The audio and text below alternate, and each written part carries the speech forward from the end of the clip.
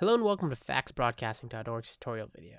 Everyone that needs to advertise effectively should be using faxbroadcasting.org, as it's one of the most effective direct response marketing tools out there. Now to get started, simply go to the homepage, fill in your email and details on your account, and it will be approved within a day with some free credits added towards it for testing.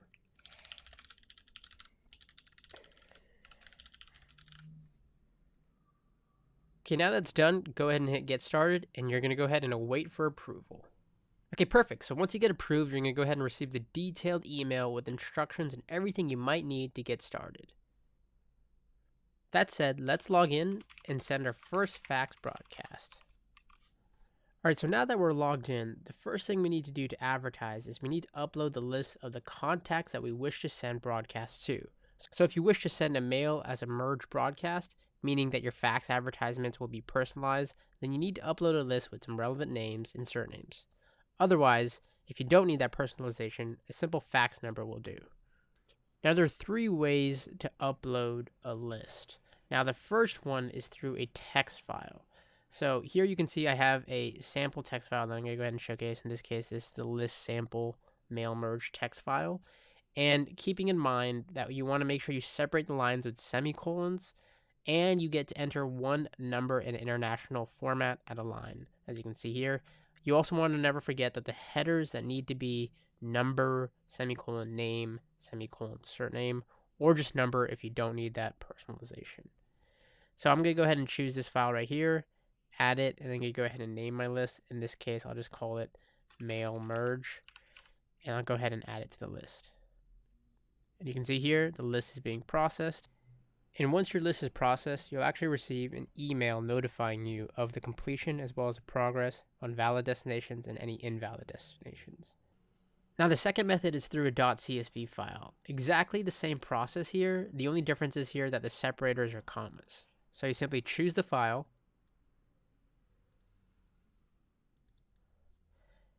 name your list, and then add it.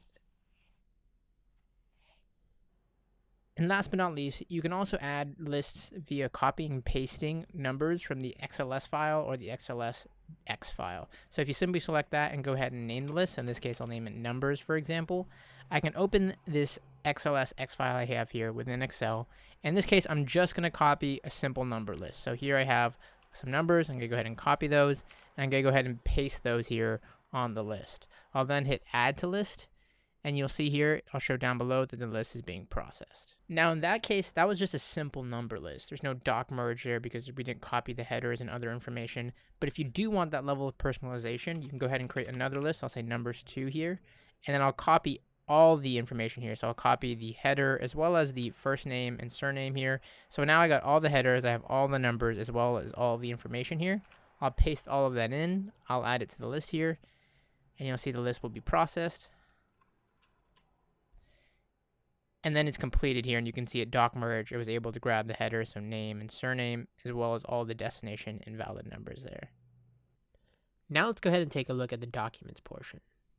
Keeping in mind, when you're uploading a file, if you don't want personalization, you can go ahead and choose to upload a .pdf file.